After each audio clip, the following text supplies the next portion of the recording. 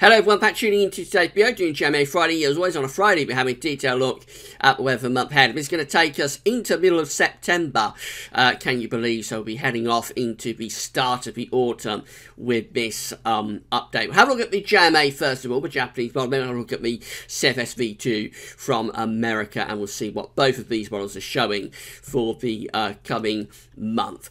So we'll start off with the JMA. These are 500 millibar height anomalies broken down into weekly periods. We're looking from the pole view down, so this is the North Pole just here. The mid latitudes are around here, and the British Isles is just there. So 500 millibars is an area in the absolute high pressure, low pressure being moved around by the jet stream.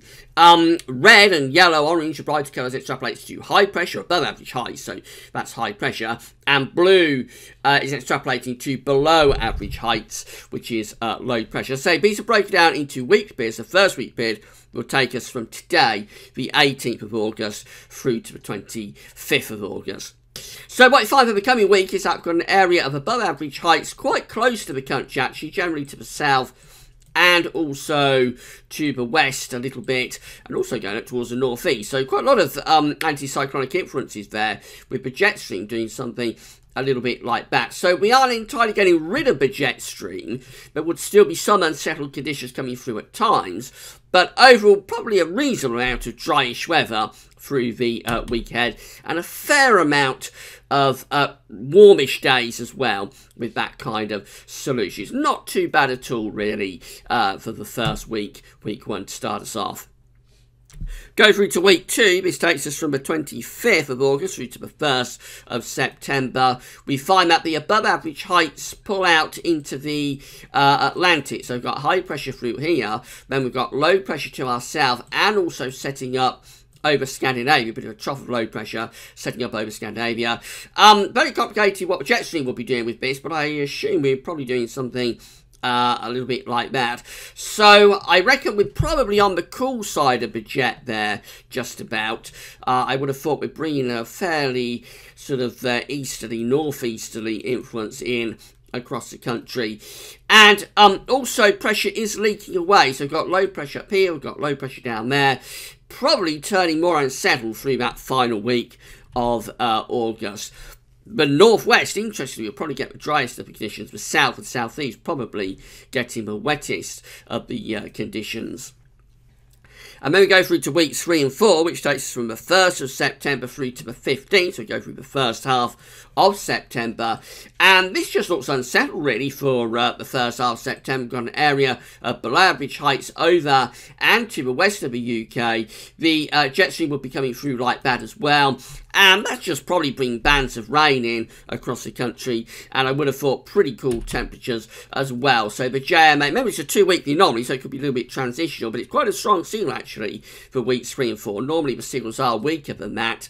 So pretty strong signal for quite an unsettled first half to September, which would be quite unusual really, because September, especially the first half of September, tends to have a lot of dry weather. Let's see how the temperature and precipitation anomalies are stacking up over the coming month. So we'll come back to week 1, which is the 18th to the 25th, and again we've got that area of above average heights out to west. So British Isles just here in the top right hand corner of the chart as you're looking at it, by the way. So for the week ahead, we've got the area of above average heights out to the west and to the south, and even over here to the southeast of the UK to some degree. You expect this to be a little bit of a drier week, and that's what the model is predicting. It's still a little bit wetter than average for the north and west, so Scotland North Line still coming out ever so slightly wetter than average. England and Wales actually a little bit drier than average for the week ahead. Temperature anomalies are looking like this. Maybe a little bit disappointing. I would have thought it'd be a little bit warmer than this. It's still going, particularly for England and Wales, a bit cooler than average. It does look a little bit warmer for Scotland. But I would have thought, given the 500 millibar height anomaly, that might be a bit pessimistic. It should be slightly warmer than that in the week ahead, I would have thought. Week 2, which takes us from the 25th through to the 1st of September, has the area of above average heights pulling out to the west of the country, with the below average heights to the south. And also you can't see Scandinavia, but we've got a trough setting up over there, which is probably doing something a bit like that with the jet stream. Now, interestingly, I thought this would probably be quite an unsettled period, but the model is going drier than average this final week of August. So that's a bit of a surprise, actually. It does look fairly dry there from the 25th of August through to the 1st of September. Still quite disappointed with the temperature, still generally coming out a little bit on the cooler than average side. Then we go through to weeks 3 and 4, which takes us through the first half of September. So we go from the 1st through to the 15th of September.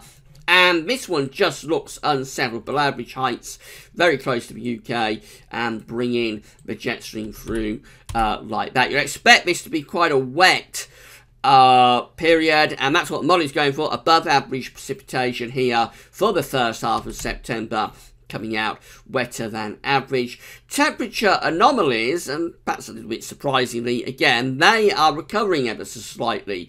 So for the far south and southwest, it is still a little bit cooler than average, but for most parts of the UK, actually, it's ever so slightly on the warmer than average side. So a milder but wet first half to September being seen by the JMA.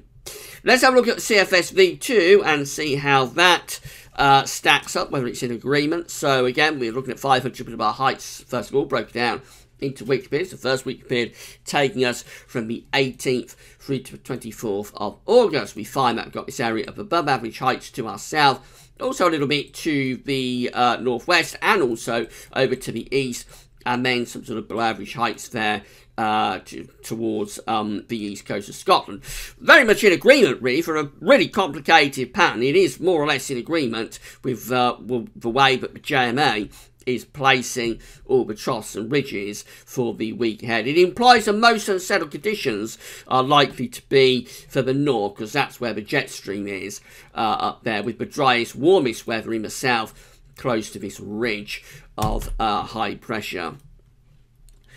Then we go through to week 2, and it's looking like this. This takes us from the 25th through to the 31st of August, and the above average heights are pulling out into the Atlantic. So that's in agreement as well with the JMA. The trough is setting up over Scandinavia, probably doing something a bit like that with the jet stream. So I would have thought a fair amount of dry weather, particularly for the south and west of the country again, through this last sort of week of August, but probably a little bit on the cooler side with the flow coming down from the northwest. Then we're off into September, and now we start to get a split between the JMA and the CFS, because for the week from the 1st through to the 7th of September, CFS V2 is developing this area of above average heights across the west of Europe, with below average heights becoming locked out to our west. So that would be doing something a bit like that with the flow and the jet stream, and it does place on the warm side of the jet, and we're close to this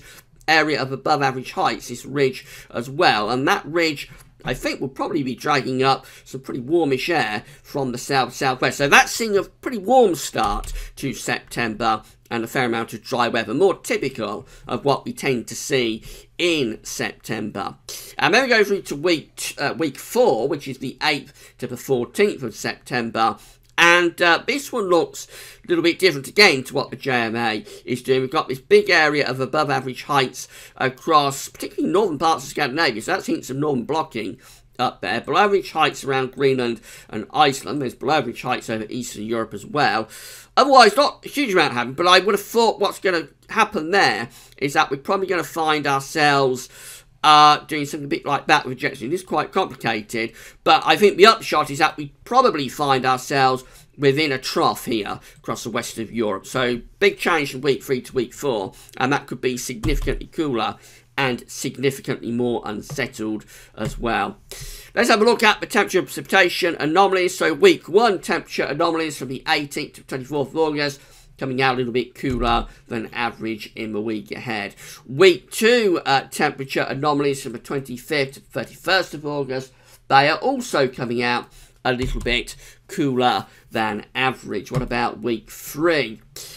This looked like it should be a warmer week as we get that build of pressure across the west of Europe. And yes, temperature anomalies from the 1st to the 7th of September are lifting up. Not very warm, but they are going a little bit above average there for the first week of September. And then this continues, interestingly. I thought it'd probably be a cooler and more unsettled week 4, but interestingly, week 4, 8th to 14th of September, that also is coming out with above average temperatures. So the CFS is seeing quite a warm first half to September here.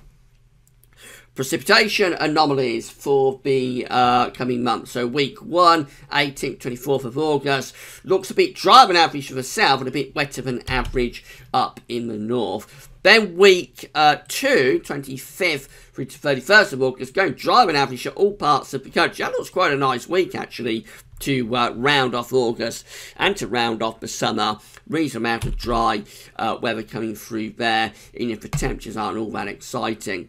Week 3, we start to lose the signal somewhat, so it's just going to average temperatures from the 1st to 7th, to average precipitation, I should say, from the 1st to the 7th of September. And then week 4, 8th to the 14th of September, that also coming out average with the rainfall, as the signal, as so often happens, becomes a lot weaker. So, bit of a mixed bag here between the CFS and the JMA. They're kind of in agreement for the rest of August, so let's deal with that first of all. It looks like there should be a reasonable amount of dryish weather coming up for the rest of August. Will be sun and sunny conditions at times, particularly for the north, but probably drier in the second half of August than we've had it in the first half of August. And in terms of the temperatures, not really all that exciting, but they might be a little bit on the pessimistic side with this, actually. I think next week does look a little bit warmer than these models are indicating. As far as September is concerned, there is quite a split here between the JMA and the CFS. So the JMA, for the first half of September, wants to have quite a deep trough in the Atlantic and give us a very unsettled first half of September with quite a bit of rain. The CFS is looking at things being much drier for that first half of September, particularly the first week, which does look quite dry and warm. Out of the two, I'll probably tend to favour the CFS because, as I say, September, particularly the first half of September, is often a period where we see lots of dry and warm weather. You can, some years, get deviations to that, of course. It's never totally guaranteed. Nothing in the weather is guaranteed. So it might be the JMA is right with this, but it's a little bit unusual to have such a strong signal for unsettled weather in the first half of September. We should wait and see, of course, how things pan out. Right, tomorrow it's a weekend forecast, and talking of the CFS, we've got the CFS 6 months look ahead. Know how much you will enjoy that. Tomorrow evening, it's just for fun. We'll go from September and extend right out to February next year. So that's going to be quite an interesting update, to say the least. Right, come back for all the updates tomorrow. That's all for now, and thanks for watching.